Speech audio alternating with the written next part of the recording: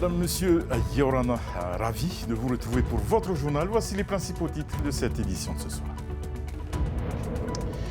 Un parcours pédestre pour en savoir plus sur la biodiversité de nos forêts, les nombreuses menaces qui pèsent sur ces espaces fragiles. C'est une initiative de AOA que nous avons suivie au cœur de la vallée de Moaroa. Nous en parlerons avec Elodie Cinquin, responsable laboratoire AOA, qui est notre invitée ce soir. Modélisation 3D ou réalité virtuelle, formée à l'école Poly 3D, les talents polynésiens sont de plus en plus demandés à l'international dans l'industrie de l'animation ou du jeu vidéo. Une société devrait voir le jour. Nous retrouverons Manon pour en parler dans la Tech Zone. Et enfin, nous vous emmènerons à Singapour à la rencontre d'une Polynésienne. Béatrice Quesson a ouvert sur cette péninsule la première école de Ori Tahiti en 2010. 14 ans plus tard, sa troupe danse toujours et cette fois devant le président de la Polynésie.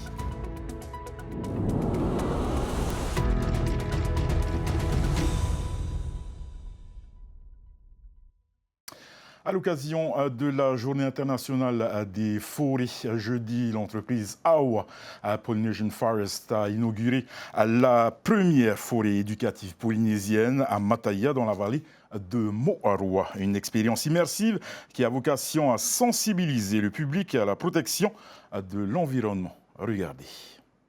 Régénérer, préserver et sauvegarder la biodiversité de la forêt polynésienne, c'est le cœur de métier de AOA Polynesian Forest. Dans la vallée de Moaroa, cette entreprise a réalisé un sentier pédagogique ouvert à tous qui se déploie sur différentes thématiques. En fait, c'est histoire de joindre l'utile et l'agréable. AOA a besoin d'argent pour se financer. On a plusieurs sources de financement, mais les visites dans la forêt pourraient en être une. Et pour les rendre intéressantes, on a imaginé ces sentiers pédagogiques avec plusieurs thèmes. Alors aujourd'hui, c'est surtout les plantes indigènes et endémiques, donc avec des panneaux qui expliquent ce qu'on va faire, qui expliquent la vie de ces végétaux, les cycles de ces végétaux. Et demain, on va créer d'autres sentiers avec d'autres thèmes, les plantes médicinales, les plantes tinctoriales, les plantes à épices, enfin, d'autres sujets comme ça, en essayant de mixer aussi avec de la culture. Ce dispositif novateur veut offrir aux visiteurs une expérience immersive qui tente à la découverte des richesses naturelles et culturelles de la vallée, à la sensibilisation de tous à la protection de l'environnement et qui peut contribuer au développement économique du Fénois. Pour la population tahitienne, polynésienne, qui parfois ne connaît plus sa forêt, où il n'y a plus accès, où il n'y va plus. Donc ça leur permet de reprendre pied dans la forêt, de la comprendre et de l'aimer à nouveau. Et aussi pour les touristes, dans le cadre de visites écotouristiques, pour qu'ils voient autre chose que la mer et que Tahiti, c'est aussi une île avec des vallées, que ces vallées ont une grande richesse et que c'est important qu'ils les visitent et qui, eux aussi, à travers leur visite et le paiement de ces visites participent à la préservation de cette vallée et de cette biodiversité. C'est aussi pour ça qu'on a créé un laboratoire in vitro, qu'on est en train de créer, parce qu'un certain nombre de ces plantes sont devenues compliquées à multiplier ou sont quasiment en voie de disparition. Et ce laboratoire devrait nous permettre de les multiplier en grande quantité pour les réintroduire en grande quantité dans la forêt, en sachant qu'aujourd'hui on a 250 hectares à gérer, donc ça représente beaucoup de végétaux à réimplanter. La forêt éducative est un programme évolutif. AOA Polynesian Forest est en recherche continuelle de donateurs pour financer la poursuite des aménagements de sentiers et la réalisation des contenus pédagogiques. Nous accueillons sans plus tarder Elodie Cinquin, responsable laboratoire AOA. Elodie, Yorana. Yorana. Alors, on l'a vu dans ce reportage, informer et sensibiliser pour protéger nos forêts, les espèces qu'elles abritent. À quel point nos forêts sont-elles menacées aujourd'hui? Alors, c'est vrai que on ne s'en rend pas compte, parce que quand on regarde la vallée, c'est bien vert, il y a plein de plantes. Mais il y a énormément, non, elles ne sont pas si nombreuses que ça, quelques espèces exotiques envahissantes qui occupent largement l'espace aujourd'hui. Et donc, les forêts sont quand même bien abîmées. Des espèces comme le... Alors, comme le myconia qu'on connaît bien, parce que c'est vraiment l'espèce envahissante qui a fait avancer la réglementation en Polynésie, mais on a aussi le tulipier du Gabion, appelé pispis, le falcata, on a l'ardisia, on a une fougère très envahissante, la fougère mère. Donc, on va dire, en tout cas, nous, sur notre domaine, il y a vraiment 15 espèces de plantes qui peuvent des fois occuper jusqu'à 90% de l'espace. Donc c'est énorme. Des forêts, il y en a en Tahiti, mais à l'échelle de la Polynésie, est-ce qu'on a une idée sur la surface encore boisée aujourd'hui? Alors, en Polynésie, c'est 350 000 hectares de terres émergées. Je crois que alors, c'est des chiffres qui datent de 2015 avec la FAO. Aujourd'hui, on a 57%, on va dire, de forêt au terme où on l'entend. Maintenant, si on enlève les surfaces, les plantations, les cocoteraies, on va être plutôt autour des 40 et quelques pourcents de surface. Et en forêt primaire, c'est-à-dire en forêt qui n'a pas été touchée par l'homme ou qui l'a été il y a suffisamment longtemps pour que justement ces forêts aient pu se régénérer d'elles-mêmes, là on n'est qu'à 11% de la surface des terres. Elodie, je te la poserai quand même cette question sur les réserves forestières. Il n'y en a pas beaucoup. Que représente aujourd'hui cette superficie? Si tu le sais, tant mieux. Si tu le sais pas, c'est pas grave. Qui sont consacrés à ces aires Ben là, j'avoue, je ne le sais pas du tout. C'est vrai que les terres, ça reste un problème important aussi en Polynésie française. Et en terres protégées, là, je ne m'avancerai pas sur les chiffres, peut-être la DIREN, effectivement, pourrait donner, ou la DAG, plus d'éléments à ce sujet. Ce sont des forêts qui pourtant sont des puits de carbone. Faut-il en ouvrir d'autres? Ah oui, alors en termes de réserve naturelle, de Ouais. forêts protégées, oui, on aurait intérêt à le faire. Et c'est là, j'espère qu'AOA Polynesian Forest pourra se déployer aussi par la suite, et même au niveau de chaque archipel. Chaque archipel a ses spécificités au niveau végétal, aussi il y a une flore très particulière. Ça, il faut qu'on le protège. Donc j'espère, oui, et là je lance un grand appel, il faut protéger, oui. Justement, vous avez reçu des terres que vous exploitez aujourd'hui pour Tout à fait. replanter ces Mhm. arbres. C'est à hauteur de 250 hectares, à Voilà, ce qu'on m'a actuellement, dit. on loue au territoire 250 hectares dans la vallée de Moaroa, à Mataya, qu'on espère pouvoir étendre à toute la vallée. Et effectivement, on a cette action première de restauration de la biodiversité polynésienne et aussi de sensibilisation, parce qu'on s'est rendu compte qu'effectivement, la population n'est pas sensibilisée aux vallées, à ce qui se passe dans les vallées. On parle beaucoup de l'océan, du lagon, mais les forêts ont un rôle important aussi dans la qualité de nos lagons. Exactement. Mm. Au niveau de cette forêt, justement, il y a plusieurs altitudes. Oui. Et en fonction des altitudes, les forêts diffèrent. Oui, tout à fait. Il y a différents types de forêts, de basse altitude, moyenne altitude, de nuages, et chacune a sa spécificité en termes d'espèces de plantes, oui. J'ai pu voir justement qu'il y avait, on peut avoir des forêts de nuages, comme on peut appeler Oui, ça, c'est ça. et qui est important pour la rétention d'eau. Oui, alors après, c'est des forêts qui ont justement une pluviométrie qui est plus importante de celles qui sont en basse altitude. Et il y a une biodiversité très très riche au niveau de ces forêts-là, hein. Et effectivement, il y a une hygrométrie qui est plus importante également. D'accord. Un an environ après le lancement du projet AOA, comment se présente la gestion de cet espace protégé, le suivi scientifique? Est-ce que vous avez les moyens pour ça? Alors, déjà la gestion, effectivement, ça fait qu'un an que le projet a commencé et que l'action de restauration se fait dans la forêt. Donc là, on a une écologue, Marie Fourdignès, qui, elle, avait déjà fait un inventaire des espèces présentes dans la vallée et a ensuite établi un protocole d'action, de contrôle des espèces envahissantes dans un premier temps, parce que là, il y a vraiment un très, très gros travail à faire. Et ensuite, on va venir faire le travail plus de fourmis. Après le gros œuvre, on fait la finition. Mais ça va durer 20 ans, 30 ans, 40 ans. Donc un protocole qui est bien en place et qui effectivement est suivi toutes les semaines sur certaines zones qui ont été établies pour ça, qui permettent de réajuster les protocoles si besoin. Et tu te disais, est-ce qu'on a les moyens? Alors l'aventure commence et non, les moyens, on n'en a pas assez, ça c'est sûr. On pourrait quadrupler les équipes en forêt pour travailler.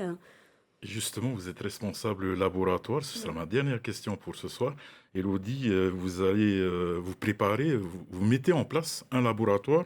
À quoi servira-t-il exactement? Alors tout à fait. On a un laboratoire qui est actuellement en cours de construction. J'espère qu'il sera fini d'ici quelques mois. L'idée de ce laboratoire, c'est un laboratoire de culture in vitro. C'est un outil qui va venir aider justement la restauration en termes d'espèces indigènes et endémiques, des espèces polynésiennes qui devraient être normalement beaucoup plus présentes au niveau des forêts. Donc le laboratoire va permettre d'une part de conserver la diversité génétique de ces espèces polynésiennes, mais aussi de les multiplier en plus grand nombre pour venir les réintroduire dans les vallées. Et on espère, on verra au bout de quel moment on a un équilibre qui se fait entre les espèces envahissantes qui régressent, les espèces indigènes endémiques qui reviennent et qui peut-être vont pouvoir reprendre un petit peu le dessus. On espère. Merci beaucoup, Élodie, pour Merci toutes à ces toi. précisions et merci d'avoir répondu à notre invitation. Merci. Ce sera une première au Fénois. Une entreprise se spécialise dans les projets en réalité virtuelle et son équipe constituée de Polynésiens exporte son talent essentiellement à l'international dans l'industrie du jeu vidéo et de l'animation. Manon nous en dit plus dans notre rubrique Tech Zone.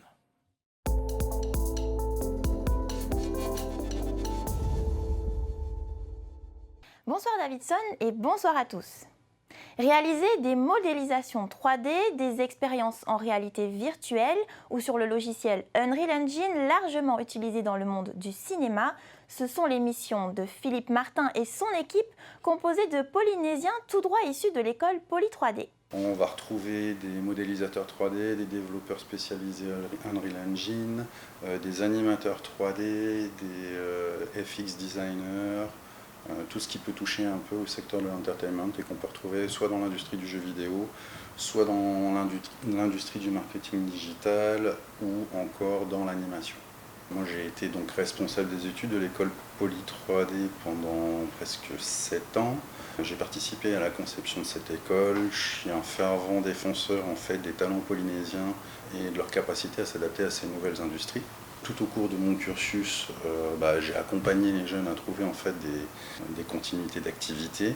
Et pour moi, c'était un non-sens en fait de monter une école et de pas développer en parallèle en fait une industrie. Et il s'avère que, au fil du temps, j'ai eu l'opportunité de proposer pas mal de contrats en fait à des jeunes ressortissants de Poly 3D. La demande est devenue de plus en plus grosse. La team a déjà réalisé plusieurs projets à l'extérieur du territoire et notamment pour la métropole. Car travailler depuis la Polynésie pour l'international présente des atouts non négligeables pour ses clients. Le décalage horaire est un gros atout. Parce que quand eux en fait négocient par exemple avec leur client final, le temps de négociation va prendre la journée, ils vont traiter les différents éléments, ils nous envoient les informations en fin de journée pour eux. Nous on traite en fait les données le matin même et quand ils se réveillent et qu'ils commencent à travailler à 9h en métropole, ils ont déjà toutes les ressources attendues. Donc pour eux déjà c'est un gain de temps monstrueux, c'est une réactivité qu'ils n'ont pas l'habitude d'avoir. Le gros de notre marché est basé en fait à l'international. Pour l'instant, on capte des contrats sur la métropole et sur le Canada. On a déjà développé cette expérience en réalité virtuelle. On a participé au développement de 3 grosses actions commerciales communication qui nécessitaient en fait de la 3D ou du développement informatique. L'équipe va officiellement se lancer sous la forme d'une société très prochainement avec une ambition, celle d'exporter le savoir-faire des Polynésiens et d'étendre leur clientèle à l'international, notamment dans le domaine du jeu vidéo. Retrouvez cette information sur notre site internet tntvnews.pf. Je vous dis à la semaine prochaine et en attendant, restez connectés. Elle est chef d'entreprise et passionnée de Horitati. Béatrice Quesson a ouvert la première école de danse tahitienne de Singapour et d'Asie du Sud-Est en 2010. Et c'est sans émotion, non sans émotion, qu'elle a rencontré le président de la Polynésie française et assuré quelques pas de danse. Portrait signé Thomas Chabrol. Elle n'aurait jamais imaginé couronner le président de la Polynésie française à Singapour. Béatrice Quesson concrétise dans la cité-État un parcours professionnel mené avec détermination, mais non sans embûches. À 40 ans, elle est à la tête de la première école de Horitati de Singapour. Pour maintenir cette activité, elle a cumulé plusieurs emplois les premières années. 14 ans plus tard, elle danse toujours le sourire aux lèvres et cette fois devant un président. Venant de Tahiti, évidemment, le fénois, je le porte dans mon cœur. Et donc pour elle, c'est un univers, pour mes élèves, c'est un univers nouveau. Et donc elles aiment ça, en fait, c'est une découverte culturelle, une évasion loin de toute cette ville bruyante et qui ne s'arrête jamais. Avec 5 cours par semaine, elle initie une centaine de femmes et jeunes filles. À l'image de ce groupe soudé, le plaisir de danser est partagé. Certaines danseuses découvrent la culture polynésienne depuis peu. Quand tu fais la danse ensemble en groupe, ça fait très joli. Et il y a beaucoup de mouvements intenses. Elle est stricte, mais juste quand il le faut. Mais pas stricte d'une façon méchante, stricte d'une façon gentille. Pour progresser, pour nous dire « Allez, vous pouvez le faire ». Après la pandémie, le Hori Tahiti a attiré plusieurs membres du groupe. Julienne cherchait à s'évader à travers une activité physique. Pendant la pandémie, on ne pouvait aller nulle part, aucun voyage. Et je cherchais une activité pour m'évader. Et c'est une amie qui m'a parlé de la danse tahitienne et j'en suis tombée totalement amoureuse. Originaire de Pirée, Béatrice quitte Tahiti après le lycée pour poursuivre ses études à l'étranger. Elle rejoint en 2009 sa grande sœur à Singapour. Un peu de musique tahitienne, quelques pas de danse et l'idée germe dans leur esprit. Béatrice s'installe et depuis, elle a renoué avec le Hori Tahiti, la passion de son enfance. Moi, je suis venue lui rendre visite, en fait. Et on a mis un peu de danse tahitienne. Et je me suis dit, ah, mais ça me rappelle tellement de belles choses. Écoute, on va danser ensemble, on a invité des amis. Et finalement, voilà, c'est comme ça que ça a commencé avec ma sœur Lila. Grâce aux réseaux sociaux, Béatrice est aussi parvenue à assurer de la visibilité pour son école. Tout d'abord, j'ai vu la publicité de Béatrice sur les réseaux sociaux.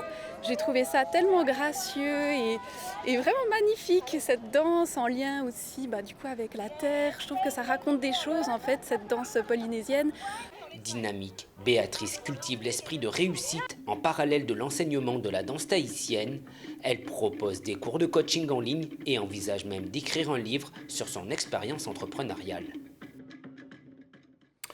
Et les rues de Marina se teintent des couleurs de l'arc-en-ciel. Ce samedi, une quinzaine d'habitants ont repeint une partie du quartier Wharirui à Rénov. Ton quartier, une opération qui veut faire voir la vie en rose aux habitants.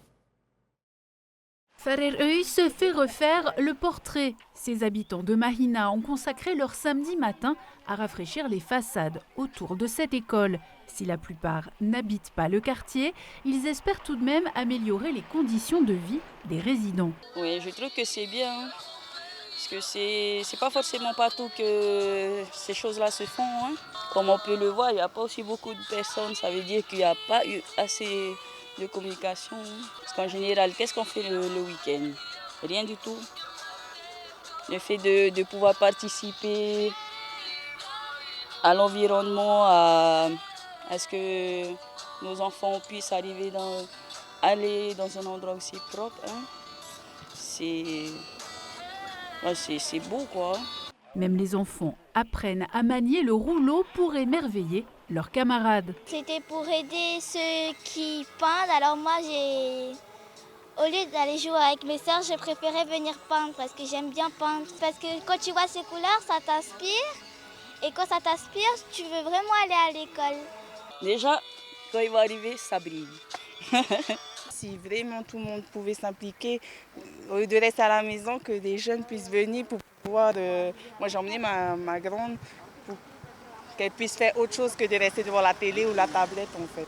Faire participer les habitants est aussi un moyen de s'assurer que les réalisations ne seront pas dégradées. Par expérience, je parle du quartier de Toa-Oru. Les gens étaient réticents parce qu'ils avaient peur parce que souvent quand il y a des murs non peints, on les tag.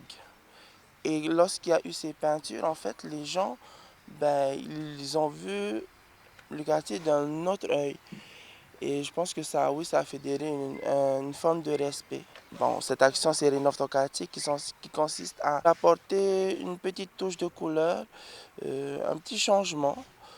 Quand on entre dans le quartier, c'est toujours beau de voir des murs tout en couleur. Pour la première fois, on l'avait fait à Toa-Oru et il y a eu beaucoup de retours positifs des quartiers. Si une première partie de la rue avait déjà été colorée dans le cadre de l'opération, Rénov ton quartier a vocation à étendre ses horizons à l'échelle de toute la commune.